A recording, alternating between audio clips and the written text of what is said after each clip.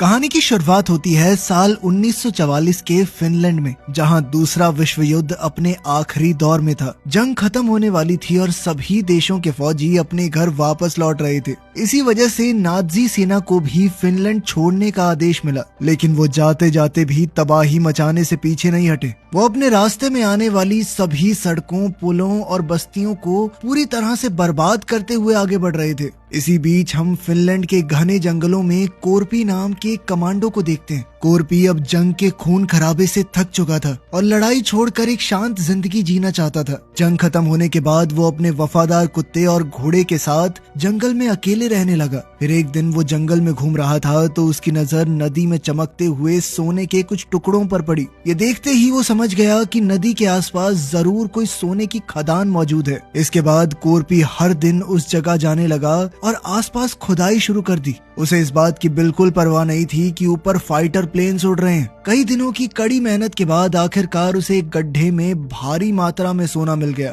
सोना देखते ही कोरपी की आंखों में खुशी के आंसू आ गए, क्योंकि वो जानता था कि अब उसकी जिंदगी पूरी तरह बदल सकती है। उसने इस सोने को अपने टेंट में छुपा दिया और पूरी रात जाग कर उसकी रखवाली करता रहा, क्योंकि उसे डर था कि कहीं कोई आकर उसका सोना न चुरा ले। अगली सुबह कोरपी ने सारा सोना एक बैग में भरा और अपने घोड़े पर सवार होकर वहाँ से निकल पड़ा। साथ ही उसका वफादार कुत्ता भी उसके पीछे पीछे चलने लगा। कुछ घंटों के सफर के बाद उसकी मुलाकात नाजी सेना के जनरल ब्रूनो से हुई, जो अपने सैनिकों के साथ आगे बढ़ रहा था। ब्रूनो के पास एक खतरनाक टैंक था और उनके साथ फिनलैंड की कई औरतें भी थी, जिन्हें नाजी सैनिक जबरदस्ती अपने साथ ले जा रहे थे। असल में ये सैनिक अपने जिस्म की भूख मिटाने के लिए उन औरतों का गलत फायदा उठाते थे। इसी दौरान हम वुल्फ नाम के एक नाजी सैनिक को देखते हैं, जो एक औरत के साथ जबरदस्ती कर रहा था। कोरपी ने ये सब अपनी आंखों से देखा, लेकिन वो किसी मुसीबत में नहीं फंसना चाहता था, तो वो ब्रूनो और उसके साथियों को अनदेखा करके आगे बढ़ने लगा। कुछ ही पलों में वुल्फ ने कोरपी को मारने के लिए अपनी बंदूक उठाई, मगर ब्रूनो ने उसे रोक दिया। उसके मुताबिक ये बूढ़ा आदमी वैसे ही अपनी मौत के बहुत करीब है। थोड़ी दूर जाने के बाद कोरपी को रास्ते में कई लाशें दिखाई दी। इन सब के कातिल नाजी सैनिक ही थे, लेकिन कोरपी को इनसे कोई फर्क नहीं पड़ा, क्योंकि युद्ध के दौरान उसने भी कई लोगों को इसी तरह बेरहमी से मारा था। अब आगे बढ़ने पर कोरपी को एक ट्रक दिखाई दिया जिसमें 4 नाजी सैनिक मौजूद थे।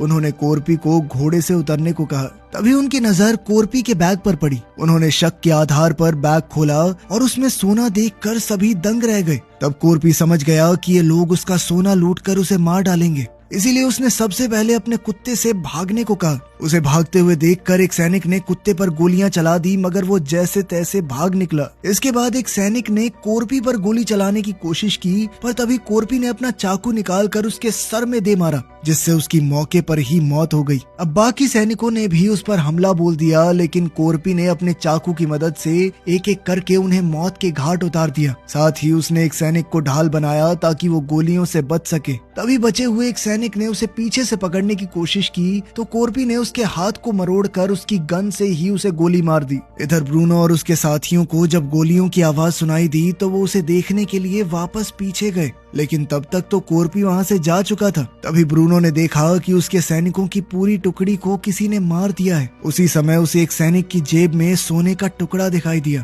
तो वो समझ गया कि उसके साथियों को उसी बूढ़े आदमी ने मारा है और उसके पास ढेर सारा सोना है। अब ब्रूनो ने भी कोरपी का पीछा करने का फैसला कर लिया। थोड़ी देर बाद उसे रास्ते में कोरपी दिखाई दिया और वो तुरंत अपने टैंक से कोरपी पर गोलियां चलाने लगा। ये देखकर कोरपी ने भी अपने घोड़े की रफ्तार बढ़ा दी और जल्दी से वहाँ से निकलने लगा। इसी चक्कर में कोरपी एक माइन फील्ड में जा पहुंचा, जहाँ नाजी सैनिकों ने ढेर सारी माइन बिछाई हुई थी। उसी पल ब्रूनो ने अपने साथियों को शूट करने से मना कर दिया और हंसते हुए कहा कि ये बूढ़ा आदमी कुछ ही पलों में खुद ही ब्लास्ट हो जाएगा। तभी अचानक कोरपी के घोड़े ने एक माइन पर पैर रख दिया, जिससे वहाँ पर जबरदस्त धमाका हो गया और कोरपी बुरी तरह घायल हो गया। इस धमाके में उसके घोड़े ने अपनी जान गंवा दी। फिर ब्रूनो ने वहां आकर देखा कि कोरपी अपना सोना उठाकर बैग में रख रहा था। लेकिन वो वहीं रुक गया और कोरपी को देखता रहा। सच तो ये था कि वो सोना उठाने के लिए माइनफील्ड में जाने का खतरा मोल नहीं लेना चाहता था, इसीलिए वो कोरपी के मरने का इंतजार करने लगा। अब जैसे ही कोरपी ने सोना उठाया तो ब्रूनो ने अपने सैनिकों को कोरपी को मारने का आदेश दे दिया,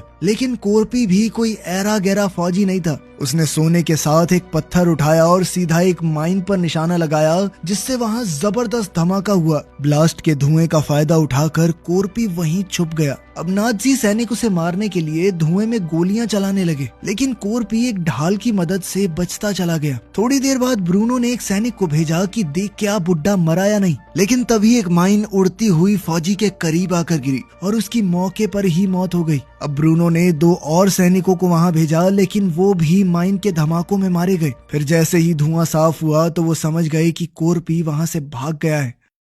ये देखकर ब्रूनो गुस्से में आग बबूला हो गया। अब उसने 2 फिनलैंड की औरतों को अपनी ढाल बनाकर माइन पार करने का फैसला किया। तब वुल्फ सबसे ज्यादा डरी हुई औरतों को पकड़ कर लाया और उन्हें टैंक के आगे चलने को कहा। इधर ब्रूनो ने उस जगह की जांच की तो उसे कोरपी के कुत्ते का टैग मिल गया। कुछ देर बाद जब नाजी सैनिक माइनफील्ड को पार कर रहे थे तो ब्रूनो ने टैंक के अंदर मौजूद रेडियो के इस्तेमाल से कोरपी के बारे में जानकारी निकालने की कोशिश की। तब उसे हेड ऑफिस से चेतावनी मिली कि जिस बूढ़े आदमी का वो पीछा कर रहा है उसका नाम कोरपी है और अगर वो उसे ढूंढ रहे हैं तो तुरंत ये सब बंद कर दें। ऑफिसर ने कहा कि तुम लोग बेहद किस्मत वाले हो जो कोरपी के साथ आमना सामना होने के बाद भी जिंदा बच गए। असल में दूसरे विश्व युद्ध के दौरान कोरपी को सबसे खतरनाक कमांडो माना जाता था और कोई भी उससे टक्कर नहीं लेना चाहता था। वहीं ब्रूनो को ये भी पता चला कि युद्ध के दौरान रूसी सैनिकों ने कोरपी के पूरे परिवार को बेरहमी से मार डाला। अपने परिवार को खोने के बाद कोरपी बिल्कुल बदल चुका था। वो इतना खतरनाक हो गया था कि उसने अपने सीनियर अफसरों के आदेश तक नहीं माने। आखिर में हालात ऐसे हो गए कि वो अकेला ही जंगल में रूसी सैनिकों का शिकार करने लगा। तब से लेकर अब तक कोरपी अकेले 300 से ज्यादा रूसी सैनिकों को मौत के घाट उतार चुका है। अंत में ऑफिसर ने ब्रूनो से साफ शब्दों में कहा कि ज्यादातर लोग कोरपी को अमर मानते हैं और उसके पीछे जाना खुद मौत को दावत देने के बराबर है। लेकिन ब्रूनो को इस चेतावनी से ज्यादा फर्क नहीं पड़ा। उसने कोरपी का पीछा जारी रखने का फैसला किया। असल में नाजी सेना को युद्ध हारने के बाद बहुत कड़ी सजा मिलने वाली थी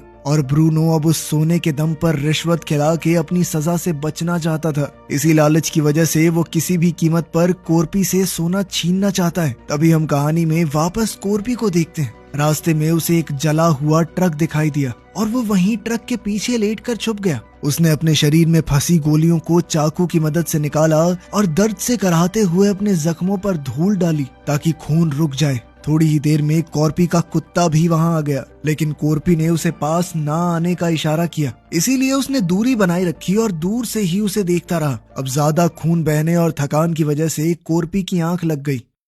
इधर कुछ ही घंटों में नाजी सैनिक उस इलाके में आ पहुंचे। उनकी आहट सुनते ही कोरपी की नींद खुल गई और उसने देखा कि नाजी फौजी उसे ढूंढने के लिए खोजी कुत्तों का सहारा ले रहे हैं। हालात भांपते हुए कोरपी तुरंत ट्रक के नीचे छुप गया और वहां से उनकी हर हरकत पर नजर रखने लगा। फिर जैसे ही नाजियों का ट्रक आया, कोरपी तुरंत चुपके से उनके ट्रक के नीचे घुस गया और उसके फ्यूल टैंक को काट दिया। जल्द ही पेट्रोल उसके शरीर पर गिरने लगा, जिससे उसके शरीर की गंध दब गई और कुत्तों को उसके होने का कोई सुराग नहीं मिला। मजबूर होकर नाजी सैनिकों ने कोरपी को पकड़ने के लिए एक नया आइडिया लगाया और वहीं पर डेरा डाल लिया। थोड़ी देर बाद जब कोरपी ने वहां से निकलने की कोशिश की तो अचानक एक कुत्ते ने उसे देख लिया और जोर जोर से भौंकने लगा। इस वजह से सैनिकों का पूरा ध्यान उस पर चला गया और वो कोरपी पर गोलियां बरसाने लगे। इस दौरान एक गोली सीधा कोरपी के पैर में जा लगी, फिर भी वो हिम्मत दिखाते हुए वहां से भाग निकला। ये सब देखकर ब्रूनो ने अपने कुत्तों को कोरपी के पीछे छोड़ दिया। अब कुत्तों से जान बचाने के लिए कोरपी ने अपने शरीर में आग लगा ली और पास ही झील में कूद गया।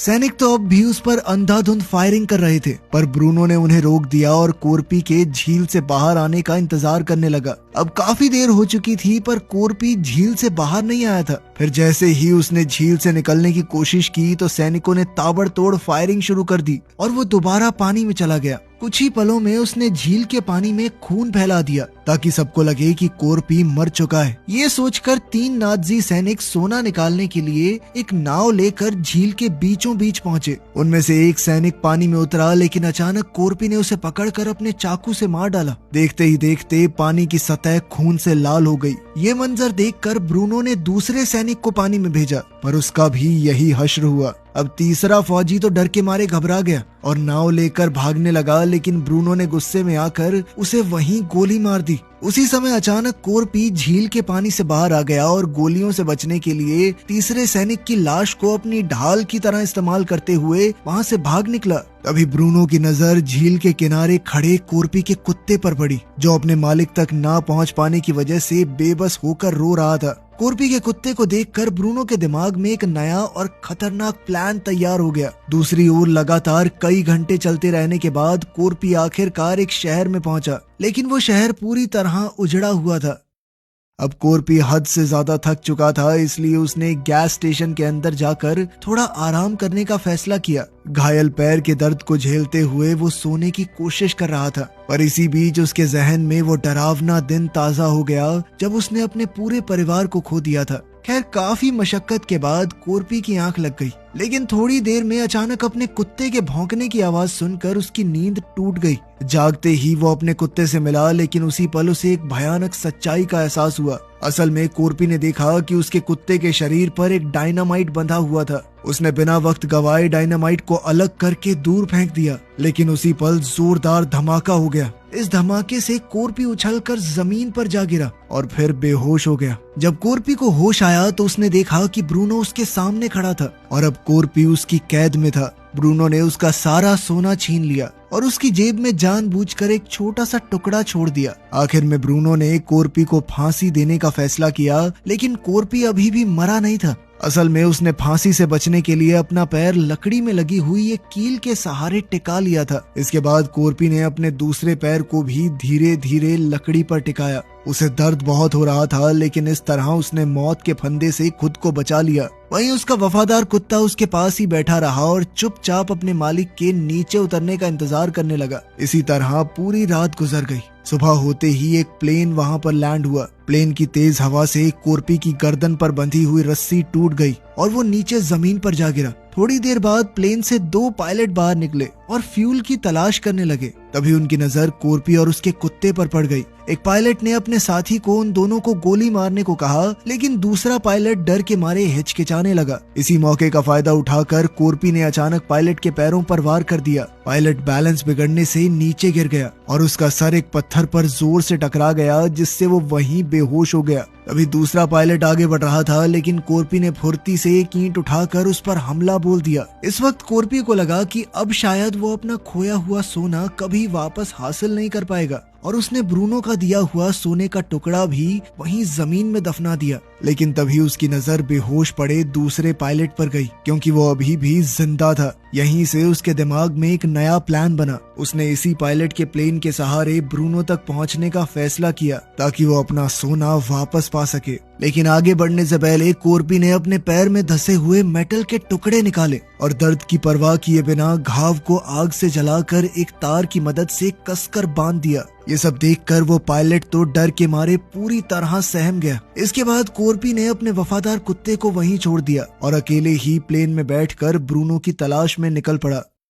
दूसरी तरफ नाज़ी सैनिकों को रास्ते में एक क्रैश हुआ प्लेन दिखाई दिया। जांच करने के लिए वुल्फ प्लेन के अंदर गया तो उसने देखा कि हादसे में पायलट की मौके पर ही मौत हो चुकी थी। लेकिन तभी वुल्फ की नजर पायलट के गले में पड़ी हुई रस्सी पर गई। ये वही रस्सी थी जिससे उन्होंने कोरपी को फांसी दी थी। ये देखते ही वुल्फ समझ गया कि कोरपी अभी भी जिंदा है और वो अपना बदला लेने के लिए वापस जरूर लौटेगा। साथ ही ब्रूनो भी ये जान गया था कि कोरपी कोई आम इंसान नहीं है। इस डर की वजह से ब्रूनो ने अपने सभी आदमियों को तुरंत वहां से हटने का आदेश दे दिया। इसके बाद हम 2 नाज़ी सैनिकों को देखते हैं जो कुछ फिनिश औरतों के साथ एक ट्रक में बैठे थे और कोरपी के बारे में आपस में बातें कर रहे थे। उनकी बातें सुनकर आनो नाम की एक औरत हंसने लगी। आनो ने उन्हें बताया कि रशियन सैनिकों ने भी कोर्पी को मारने की बहुत बार कोशिश की है, लेकिन आज तक कोई भी उसे खत्म नहीं कर पाया, क्योंकि कोर्पी कितनी भी बड़ी मुसीबत से बचकर निकल जाता है और फिर अपने दुश्मनों को ढूंढ कर मारता है। फिर उसने आगे बताया कि फिनिश भाषा में कोर्पी को सीसू के नाम से जाना जाता है, जिसका मतलब है हिम्मत और बहादुरी,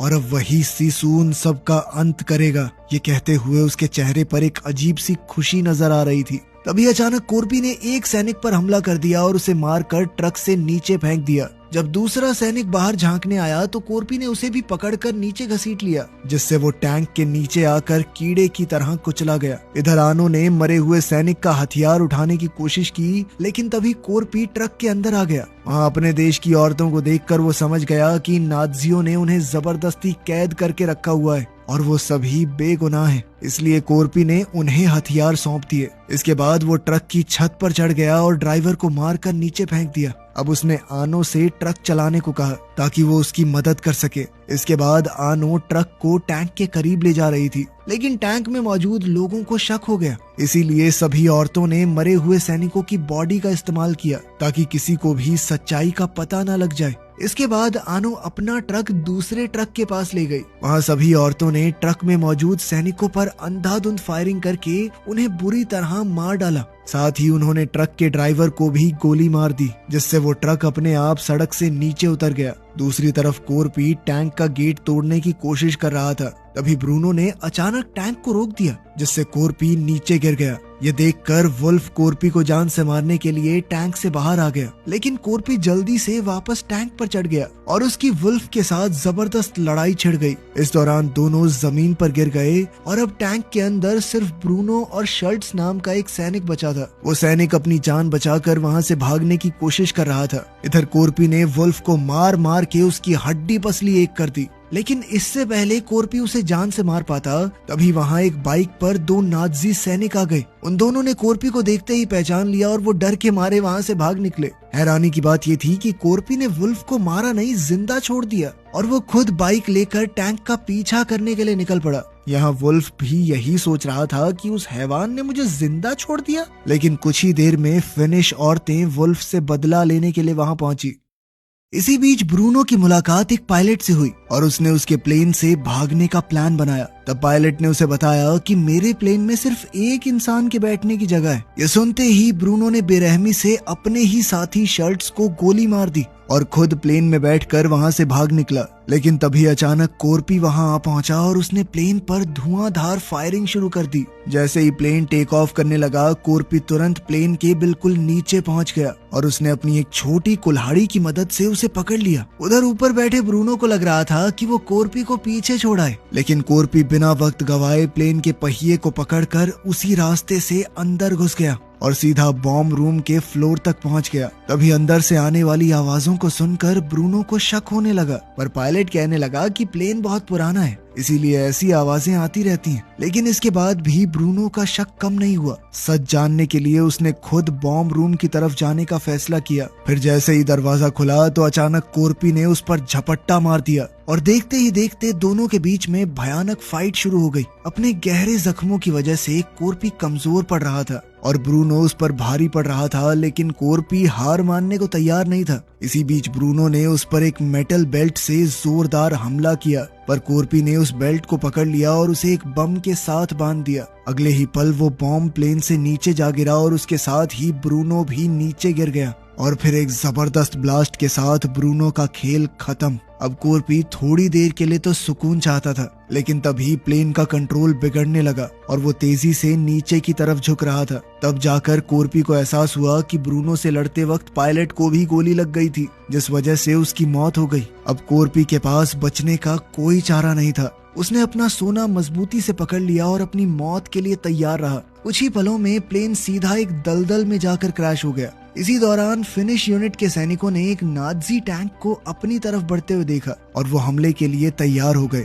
लेकिन थोड़ी देर में उन्होंने देखा कि टैंक के अंदर तो फिनिश औरतें हैं जो नाज़ी सैनिक वुल्फ को टैंक के ऊपर बांध कर ला रही हैं। दूसरी तरफ हमने देखा कि कोर्पी की जान तो बच गई, लेकिन वो दलदल में बुरी तरह फंस चुका था। अब वो अपनी उस छोटी कुल्हाड़ी की मदद से किसी तरह बाहर निकल आया। कुछ दिन बाद हम देखते हैं कि वो अपने वफादार कुत्ते के साथ हेलसिंकी बैंक में जा पहुंचा। कोर्पी को देखकर बैंक के अंदर के लोग काफी घबरा गए, लेकिन कोर्पी ने किसी पर ध्यान नहीं दिया। वो सीधा काउंटर पर गया और सोने के एक टुकड़े को डेस्क पर रख दिया और दमदार आवाज में पूछा कि इसके कितने पैसे मिलेंगे। वीडियो पसंद आई तो लाइक कर देना, चैनल को सब्सक्राइब कर लेना। मिलते हैं अगली वीडियो में।